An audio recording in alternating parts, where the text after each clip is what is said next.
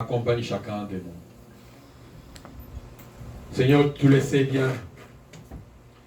Celui qui a donné ce matin, il n'a pas donné du surplus de ce qu'il possède, mais il a donné de sa subsistance. Ma prière, Seigneur, comme Jésus-Christ avait dit en regardant la veuve, il a dit que celui-ci a donné plus que les autres. Et je sais qu'il y a une bénédiction qui est liée à cela, Seigneur. Parce que nous n'avons pas donné du surplus. Et même celui qui a donné du surplus, il est toujours béni, Seigneur. Ce que Jésus a voulu signaler, c'est l'importance de donner sans tenir compte de ce que nous avons ou ce que nous possédons, mais donner avec notre cœur. Cette femme avait donné avec son cœur. Je sais que mon frère, ma soeur, qui a donné ce matin, il a donné avec son cœur. Et ma prière, Seigneur, est que tu ouvres les trésors pour lui. Et que tu ordonnes maintenant que tous les dévorateurs, tous les voleurs, tous les prédateurs qui ont joué avec les finances de mon frère ou de ma soeur puissent être éloignés. Au nom de Jésus, je le proclame ainsi. Accueille notre offrande au nom de Jésus. Et tout le peuple dit Amen. Amen. Amen. Amen. Nous allons nous tenir debout pour écouter la parole de Dieu que nous allons partager aujourd'hui. Prenons notre Bible si nous en avons une. Je crois qu'on vous avait même offert une Bible là. Ok, même si vous êtes unis, mais avec des Bibles, ça serait toujours mieux. Ok, c'est bon, lisez dans votre Bible ensemble. D'ailleurs, vous devez jurer encore l'unité du foyer.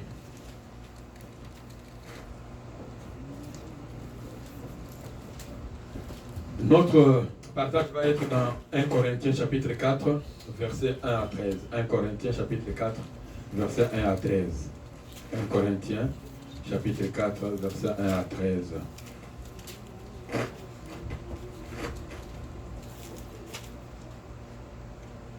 « 1 Corinthiens chapitre 4, verset 1 à 13. Je vais lire la version qui est devant moi. Il est écrit ce qui suit. « Ainsi qu'on nous regarde comme des serviteurs de Christ et des dispensateurs de mystères de Dieu. Du reste, ce qu'on demande des dispensateurs, c'est que chacun soit trouvé fidèle. Pour moi, il m'importe fort peu d'être jugé par vous ou par un tribunal humain. Je ne me juge pas non plus moi-même, car je ne me sens coupable de rien. Mais ce n'est pas pour cela que je suis justifié. Celui qui me justifie, c'est le Seigneur. C'est pourquoi, ne jugez de rien avant le temps, jusqu'à ce que vienne le Seigneur, qui mettra en lumière ce qui est caché dans les ténèbres et qui manifestera le dessein de cœur. Alors, chacun recevra de Dieu la louange qui lui sera due. Verset 6. C'est à cause de vous, frères, que j'ai fait de ces choses une application à ma personne et à celle d'Apollos, afin que vous appreniez en nos personnes à ne pas aller au-delà de ce qui est écrit, et que nul de vous ne conçoive de l'orgueil en faveur de l'un contre l'autre. Car qui est-ce qui te distingue? Qu'as-tu que tu n'aies reçu? Et si tu l'as reçu, pourquoi te glorifies-tu comme si tu ne l'avais pas reçu? Déjà vous êtes rassasiés, déjà vous êtes riches. Sans nous, vous avez commencé à régner. Et puissiez-vous régner en effet, afin que nous aussi nous régnions avec vous. Verset 9. Car Dieu, il me semble, a fait de nous apôtres, les derniers des hommes, des condamnés à mort, en quelque sorte, puisque nous avons été un spectacle au monde et aux anges et aux hommes. Nous sommes fous à cause de Christ, mais vous, vous êtes sages en Christ. Nous sommes faibles, Mais vous, vous êtes forts. Vous êtes honorés. Et nous sommes méprisés. Jusqu'à cette heure, nous souffrons la faim, la soif, la nudité. Nous sommes maltraités, errants, ça et là. Nous nous fatiguons à travailler de nos propres mains. Injuriés, nous bénissons. Persécutés, nous supportons. Calomniés, nous parlons avec bonté. Nous pardonnons. Nous sommes devenus comme les balayures du monde, le rébut de tout jusqu'à maintenant. Nous allons prier. Tendre Père, nous voici réunis en ce lieu. En ta présence, et nous voulons entendre ce que tu peux nous communiquer, Seigneur. Je prie que le Saint-Esprit prenne la place maintenant pour parler à ton peuple. Et je demande maintenant que l'armée céleste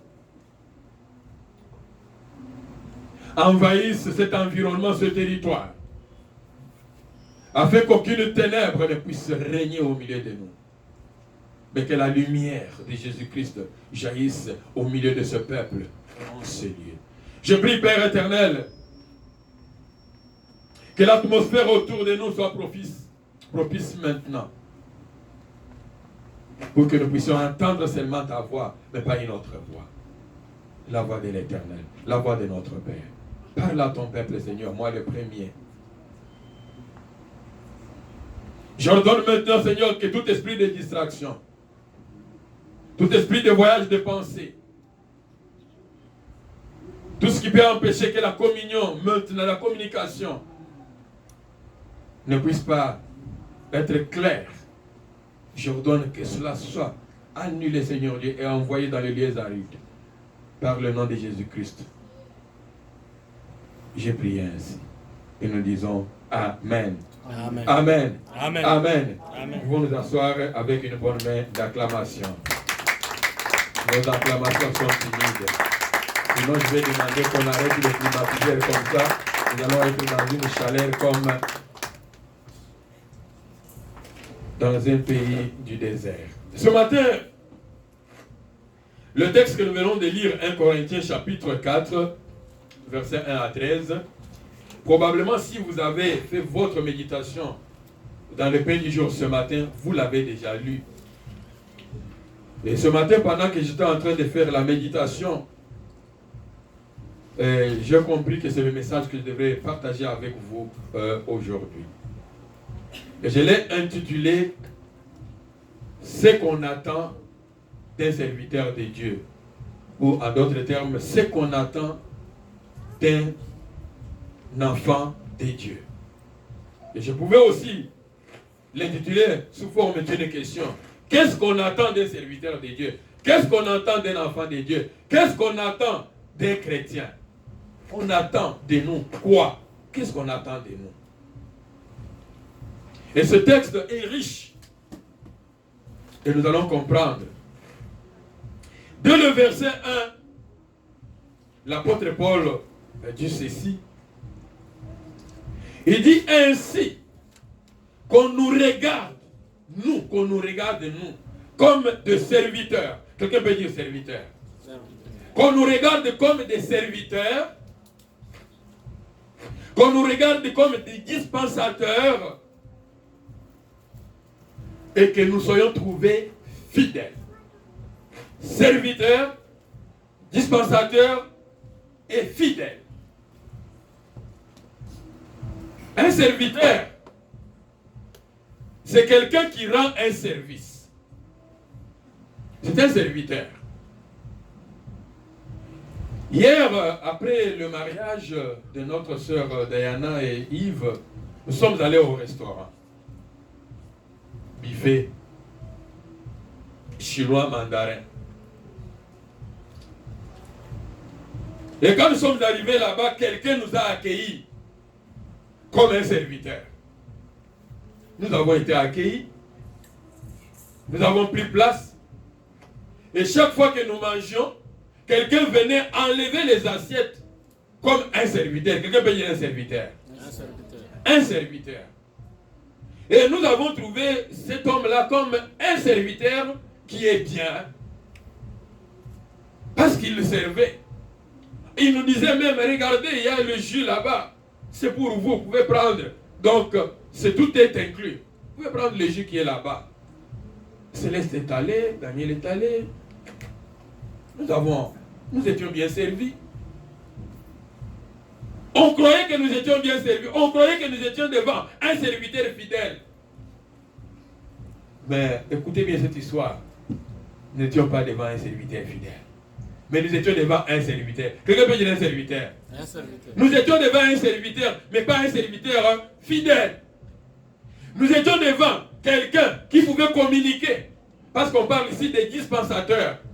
C'est-à-dire quelqu'un qui communique, quelqu'un qui donne le message. Mais cette personne-là, je vais vraiment entrer dans cette parenthèse avant de continuer. La personne, le moment de la facturation, quelqu'un paye la facturation.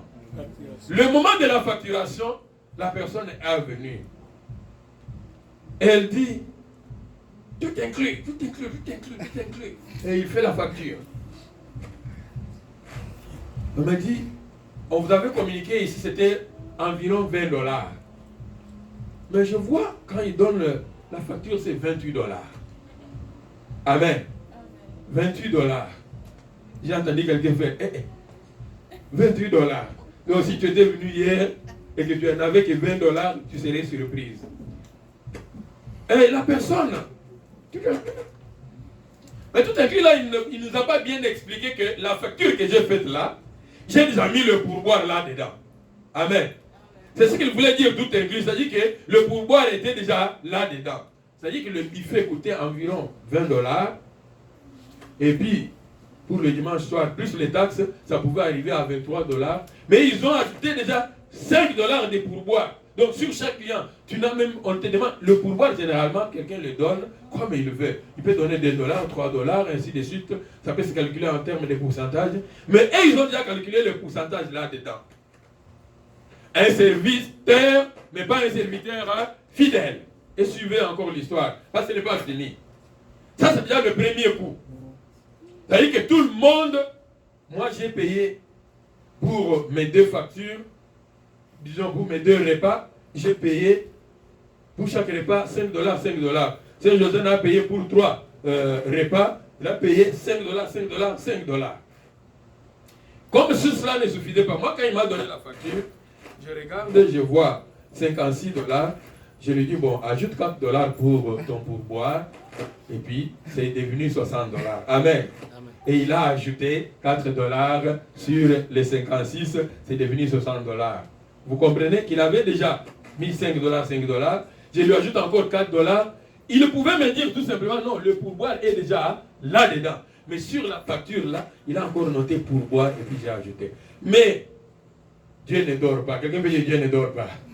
Dieu ne dort pas. Il y a des gens qui vérifient les choses. Juste pendant qu'on sortait déjà, on cherche à sortir, il y a quelqu'un. C'est le papa qui était assis là-bas pour ceux qui étaient présents. Il était assis quelque part là-bas. Le mari de la dame qui était témoin du côté de notre sœur Diana. Et cet homme-là, parce qu'il est déjà habitué, probablement il a déjà mangé là-bas autrefois. Et il connaît l'histoire de ce buffet-là. Il va s'arrêter au niveau du guichet. Moi aussi par curiosité, et puis Sœur Josiane, bon, par curiosité, Sœur Josiane a demandé, mais la sauce là, on ne l'a pas eu aujourd'hui. Bon, par curiosité, bon, on a dû regarder la feuille là avec la facture, avec les tarifs. On a dû regarder, puis l'homme commençait un peu à discuter là. Et puis finalement, juste quand la Sœur Josiane est partie, c'est à ce moment-là que je viens découvrir une chose. Moi j'ai dit, mais ils ont déjà mis ici, mais je dis, mais comment ils ont mis déjà le pourboire? Et puis moi j'ai donné encore le pourboire. Et puis le monsieur là, il a accepté. Et puis le monsieur me dit, c'est vrai, tu as donné encore le pourboire? Moi je dis, oui, j'ai donné. Il a dit, allons. Et nous sommes allés. Nous sommes allés voir notre serviteur. Quelqu'un veut dire le serviteur. Je suis allé voir notre serviteur là, le serviteur de notre table. Je suis allé le voir, j'ai sorti la facture. Je dis, mais regarde. Et puis c'est lui qui était avec lui. Il met la main dans la poche, il sort $4, il me donne. Toi, tu vas ajouter encore le pourboire. Donne-moi la facture. Si tu ne veux pas y aller, donne-moi la facture. Je vais aller en rentrant comme ça, je vais récupérer ça. Amen. Serviteur fidèle. Quelqu'un peut dire serviteur fidèle. Serviteur fidèle. Nous avons besoin de serviteurs fidèles. Si cet homme-là était fidèle, il aurait dit tout simplement, non, le pourboire est déjà calculé là-dedans. Mais il n'a pas été fidèle. Mais toi et moi, nous sommes les enfants de Dieu. Nous sommes les serviteurs de Dieu. Nous devons être fidèles. Amen. C'est quelque chose. L'apôtre Paul dit, voilà, nous devons être des serviteurs de Christ, les dispensateurs des mystères de Dieu, mais nous devons être aussi fidèles. Qui trouvera un serviteur fidèle? Où est-ce qu'on va trouver un serviteur fidèle? Et j'aimerais que cet élément-là puisse être un élément d'évaluation pour chacun de nous, pour chaque chrétien. Est-ce que je suis fidèle chaque jour dans mes paroles? Je suis clair dans mes paroles. Quand je parle, est-ce que je parle de la façon que les gens puissent réellement me comprendre? Au lieu de dire seulement tout inclus, mais sans expliquer c'est quoi tout inclus. Il y a des fois, nous les serviteurs de Dieu, il y a des fois, nous les enfants de Dieu, que nous tenons un langage qui est ambigu. Un langage qui n'est pas clair. Un langage qui laisse les gens dans la confusion. Amen. Et nous devons éviter ce langage-là qui laisse les gens dans la confusion. Les gens ne comprennent pas exactement. Il est ou il n'est pas. Qu'est-ce qu'il a voulu dire? Soyons clairs, soyons précis lorsque nous parlons avec les gens. Tout inclus. Quelqu'un veut dire tout inclus? Tout inclus, mais on ne t'explique pas. Moi, quand il disait tout inclus, moi je comprenais que même si nous prenons le jus, on ne va pas nous taxer le jus à côté. C'est-à-dire même s'il a amené le vin là-bas, il ne va pas taxer quelque chose à côté. C'est ça tout inclus que moi je comprenais. Je comprenais tout inclus, c'est-à-dire que même les taxes sont déjà là-dedans. C'est ce que moi je comprenais comme tout inclus. Mais tout inclus, pour lui, c'est la compréhension, c'est que même le pourboire est là-dedans. Mais il nous laisse dans la confusion. Ce matin, ma prière est que l'esprit du serviteur fidèle soit ton esprit à toi. Amen. Tu dois te revêtir de l'esprit du serviteur fidèle. Ça, c'est la première chose que j'ai voulu partager avec nous ici. Un serviteur fidèle, c'est quelqu'un qui accomplit ce qu'on lui a demandé d'une manière claire. C'est quelqu'un à qui on peut faire confiance. Est-ce qu'on peut te faire confiance, mon frère, ma soeur? Même au travail, est-ce que les gens peuvent te faire confiance? Même partout où tu es, est-ce que les gens peuvent te faire confiance? Vous savez une chose qui est vraie. La confiance, ce n'est pas quelque chose qui tombe du ciel comme ça. La confiance, c'est quelque chose que quelqu'un doit mériter. Quelqu'un peut dire mériter. Il faut mériter la confiance.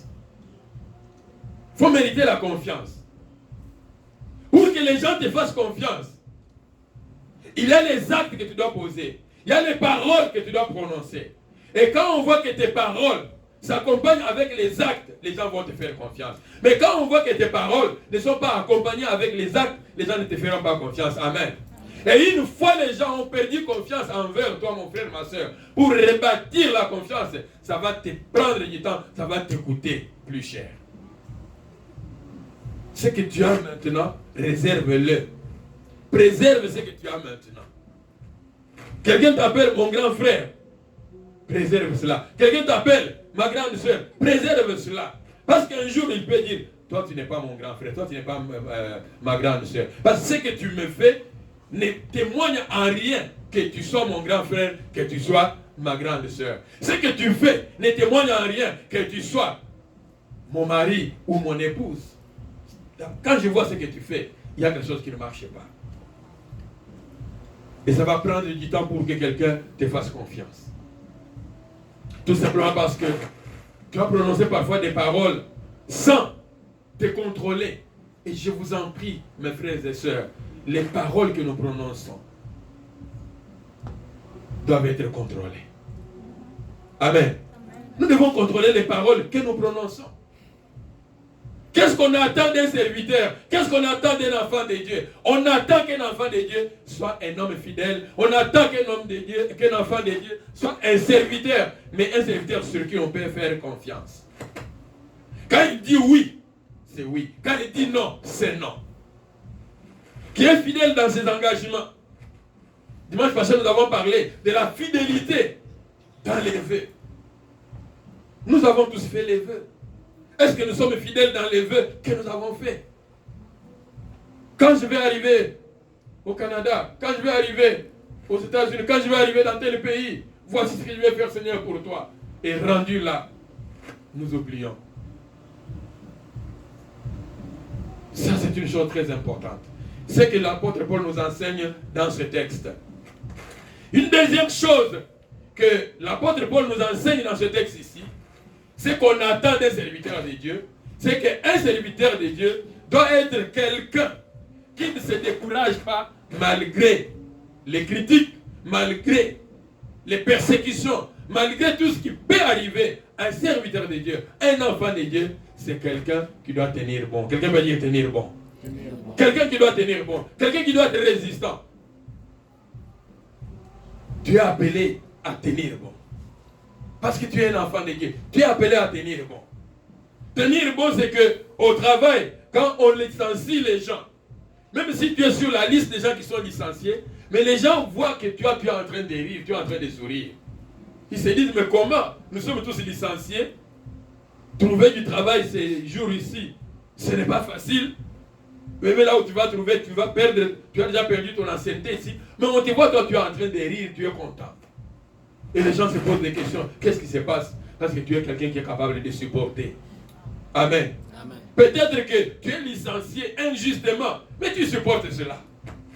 Tu dis, j'ai un Dieu, et mon Dieu, qui est le juste juge, ce Dieu-là, il va pouvoir pour moi. Il va trouver une autre solution. C'est ce que l'apôtre Paul nous enseigne ici. Il parle du jugement. Quelqu'un peut dire jugement. Il parle du jugement. Quand il parle du jugement ici, parce que c'est surtout quand nous faisons le jugement que nous nous décourageons. Quand je parle du jugement, je vois aussi de l'évaluation. Je vois aussi d'un bilan. Il fait un bilan. Et dans son bilan, il voit qu'il est maltraité. Et effectivement, il a eu des cas de maltraitance. Quand il fait le bilan, il voit que les gens ont murmuré contre lui. Les gens ont certainement murmuré. Les gens ont critiqué. Parce que ne croyez pas que les critiques dans l'église ont commencé aujourd'hui. Ne croyez pas que les murmures dans l'église ont commencé aujourd'hui. Depuis l'église primitive, il y a eu des murmures, il y a eu des critiques. Amen. Parfois justifiées, parfois non justifiées. La raison pour laquelle on a établi les premiers diacres dans l'église primitive, c'est parce qu'il y a eu des murmures, il y a eu des disputes. Parce que les gens ont pensé qu'il y a un favoritisme. Il y avait beaucoup de veuves. Les veuves étaient en ce moment-là généralement supportées par l'église, soutenues par l'église. Et maintenant, dans la distribution des biens, on a trouvé qu'il y avait comme de l'injustice. Quelqu'un peut dire l'injustice? Comme certains ont fait l'injustice ici hier. Amen. Amen. Certains ont fait l'injustice hier. Et peut-être parler avec la sœur Jordan, elle vous dira cela. Je ne vais pas entrer dans les détails parce que ce message peut être écouté, mais sœur Jordan pourra parler avec vous après. Et je vous recommande vraiment de lui poser la question. Qu'est-ce que le pasteur voulait dire là-bas? Là, je ne fais pas un langage non clair, mais c'est clair, mais je vous dis, allez là-bas pour trouver l'explication. Quelqu'un peut dire Amen. Amen. Quelqu'un peut dire encore Amen. Amen. Les critiques, les murmures. Mais pourquoi nous ne sommes pas bien servis, les autres? On dit, les apôtres ont dit non. Nous n'allons pas perdre notre temps maintenant à nous occuper de toutes ces critiques ici, à nous occuper de toutes ces plaintes ici, à commencer à distribuer les biens. Nous allons manquer l'objectif principal parce que nous sommes les dispensateurs des mystères de Dieu. Nous devons aller annoncer la bonne nouvelle. Ça, c'est notre priorité. Ce n'est pas que s'occuper des affaires sociales, des œuvres sociales, n'est pas une bonne chose. C'est une bonne chose. Mais quelle est notre activité principale? Chaque enfant de Dieu devrait se poser sa question. Quelle est ma tâche principale dans l'église? Quelle est ma fonction principale dans le corps du Christ? Tu dois te poser cette question-là. C'est une évaluation pour toi. Quelle est ton activité principale? Quel est ton apport principal? Est-ce que c'est chanter? Est-ce que c'est le protocole? Est-ce que c'est la parole de Dieu? Est-ce que c'est jouer un instrument? Quelle est ton activité principale? Quelle est ta tâche principale? En quoi tu es vraiment un serviteur? Chacun de nous devrait répondre à cette question. Nous devons avoir le temps de nous évaluer. Quelqu'un paye l'évaluation? Nous devons prendre le temps de nous évaluer. Mon frère, ma soeur, ça fait maintenant 6 mois passés. Nous sommes au 7e mois. Un semestre passé. Tu dois t'évaluer, même par rapport à notre thème. Ceux qui se confient en l'Éternel renouvellent leurs forces. Est-ce que tu as encore les forces renouvelées? Est-ce que tu es encore fort? Ou tu es devenu faible? Tu es réveillé ou tu dors encore? 6 mois après. Tu as reçu des messages, des prophéties. Voici ce que Dieu va faire pour toi. Voici.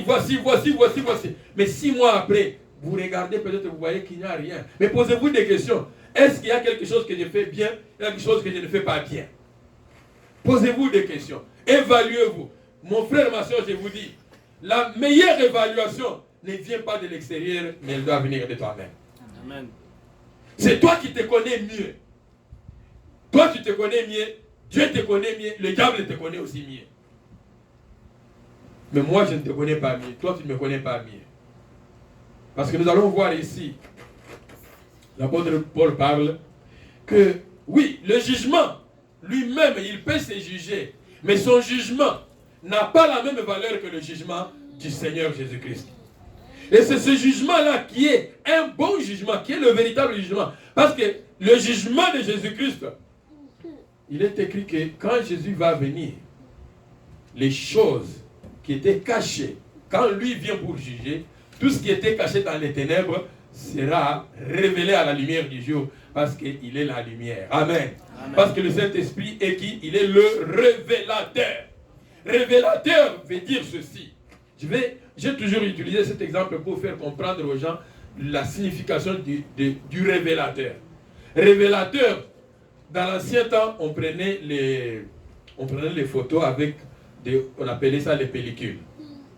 Les pellicules, quand tu as pris, on prend la photo, on prend la pellicule, là, si tu vois la pellicule, tu la regardes comme ça, tu vas voir comme il y a une figure de quelqu'un là-bas, mais ce n'est pas très très clair. On va prendre ça, on va mettre dans un produit, et ce produit-là, on l'appelle révélateur. Ce produit, quand on le met avec un papier et ce film-là, il y a maintenant une transmission de l'image qui était là-bas, qui était comme quelque chose d'un peu flou. Ça va être transmis là-bas et on va sortir, on va voir vraiment ton image, on voit, oh, ça c'est vraiment le pasteur Richard. Il y a eu l'effet d'un révélateur. Quelqu'un peut dire un révélateur. Et le Saint-Esprit qui est le révélateur, dans le vrai jugement que Jésus-Christ va faire sur ta vie, sur ma vie, c'est lui qui va révéler les choses qui sont cachées. C'est lui qui va révéler même les pensées qui sont dans ton cœur. Parce que ce qu'il y a dans ton cœur maintenant, mon frère, ma soeur, personne ne le voit, personne ne le connaît.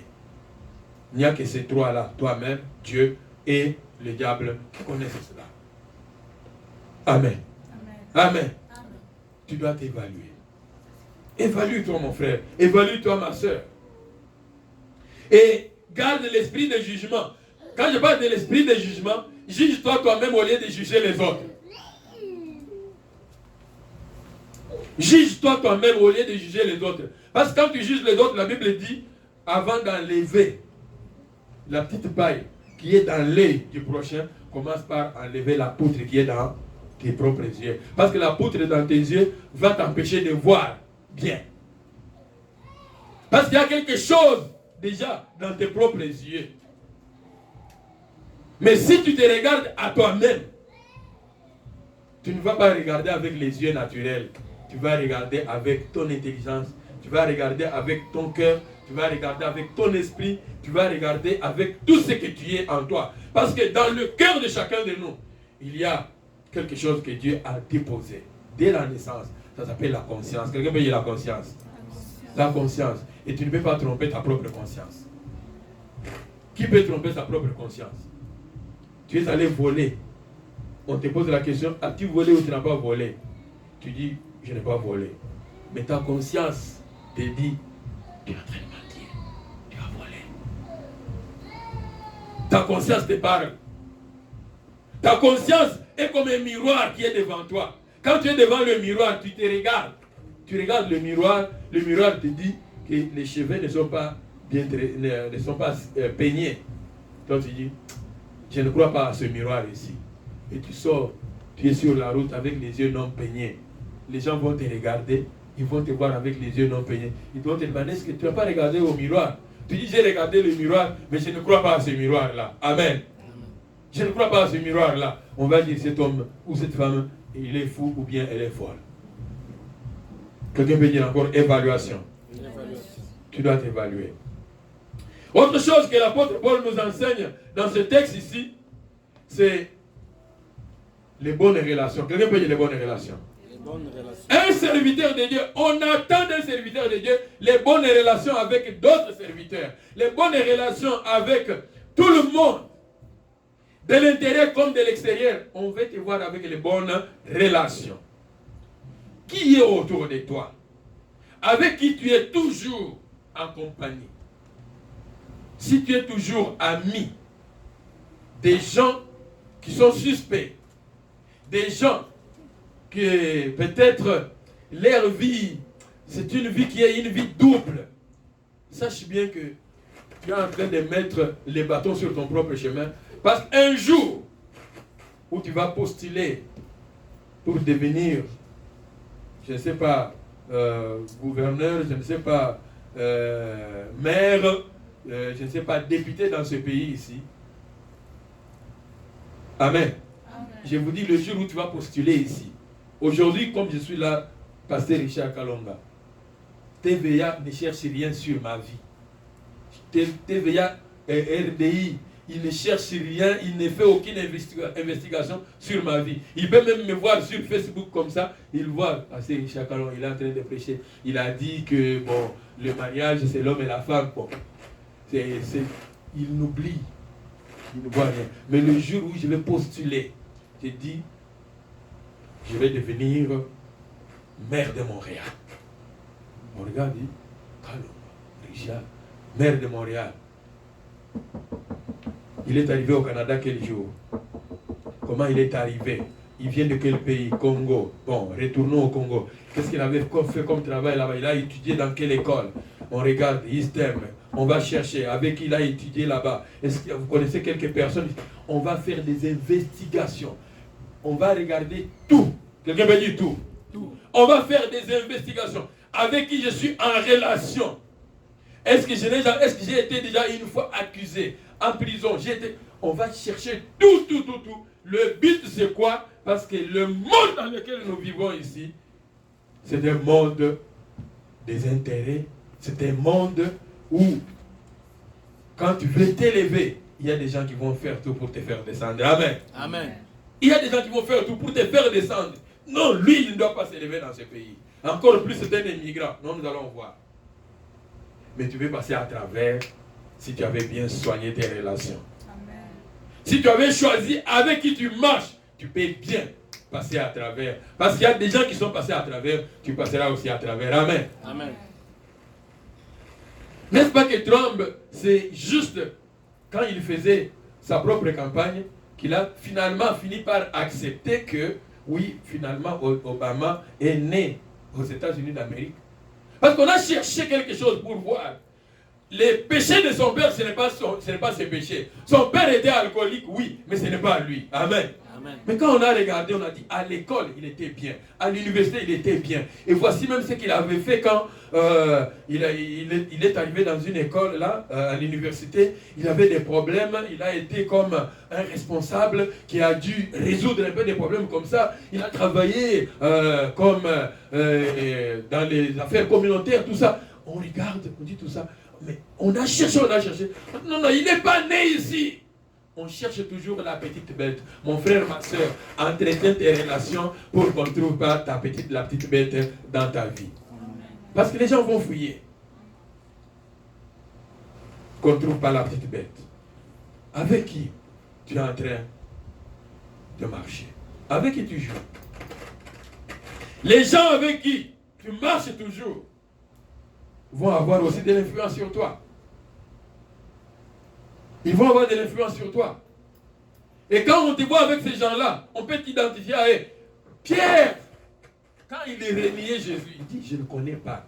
La femme lui dit, non, la façon dont tu parles, quand on voit comment tu parles, on voit même comment tu marches, on voit même tes gestes, on voit ta façon de répondre aux questions. Moi, je suis convaincu que tu as été avec cet homme-là. Et cette femme-là disait quoi? La vérité. Et quand on posait la question au serviteur de Dieu, Pierre, il dit, je ne comprends pas ce que tu dis, madame. Et pourtant, la question était claire. Amen. Amen. Et il a donné une réponse ambiguë. Il dit, je ne comprends pas ce que tu dis, madame. Et pourtant, il avait bien compris la question. Tu es de cet homme-là. Tu étais avec lui. Il dit, je ne comprends pas. Finalement, avec insistance, il a dit, je ne le connais pas. Finalement. Quel est ton langage? Amen. Amen. Quel est ton langage? Les bonnes relations aussi, c'est être capable de savoir que le don que Dieu t'a donné, le talent que Dieu t'a donné, on t'a donné, c'est quelque chose qu'on t'a donné. Ce n'est pas toi qui as décidé de l'avoir. C'est Dieu qui t'a donné. Donc, ne te regarde pas supérieur aux autres, parce qu'il y a des gens qui se voient supérieurs aux autres à cause des dons qu'il a reçus, à cause du ministère que tu as reçu. Toi, tu as reçu le ministère prophétique, l'autre a reçu le ministère pastoral. Chacun a reçu sa part et tout cela, nous le mettons ensemble pour l'édification du corps de Christ. Amen. Amen. Donc ne te considère pas toi au-dessus de l'autre parce que moi, cette église-là a grandi parce que quand je donne les prophéties, ça marche et puis les gens croient aux prophéties. C'est comme ça que l'église a grandi. Ce n'est pas à cause du pasteur. Mais si l'église, tu as fait la prophétie, la personne a cru à la prophétie s'est réalisée, elle est venue à l'église. Mais qui s'occupe de cette personne-là dans l'église? Qui nourrit cette personne-là dans l'église? Tu as fait ta part, mais quelqu'un d'autre va aussi faire sa part. Amen. Amen. Donc, ne sois pas orgueilleux. Dans l'église de Corinthe, ici, l'apôtre Paul a trouvé qu'il y avait des gens qui étaient dans l'orgueil. À cause du ministère qu'ils avaient. Orgueil. Moi. C'est moi. Modération, c'est moi. Chanter, c'est moi. Faire ceci, c'est moi. Non, oublie cela, mon frère, ma soeur. L'orgueil, ce n'est pas une bonne chose. On n'attend pas des serviteurs de Dieu. On n'attend pas d'un enfant de Dieu qu'il soit orgueilleux. Enlevons cela dans notre vie. Ne te glorifie pas. Parce que tout ce que tu as, mon frère, ma soeur, tu l'as reçu de quelqu'un. Et celui qui t'a donné, c'est Dieu. Amen. Amen. Et de la même façon qu'il a donné, il peut aussi reprendre. Vous savez comment Dieu reprend certaines choses? Reprendre pour Dieu, ce n'est pas vraiment... Si tu chantais, tu peux peut-être continuer encore à chanter. Mais Dieu dit, tu ne chanteras plus pour moi. Amen. Amen. Tu ne chanteras plus pour moi. Mais va chanter dans le monde. Et quand tu vas aller dans le monde, le diable dit là-bas, toi, tu es venu ici, mais je vais te montrer. Parce que le diable, lui, quand il te reçoit, c'est pour te donner ce qu'on appelle les bigos. Il va te gifler. Il va te montrer encore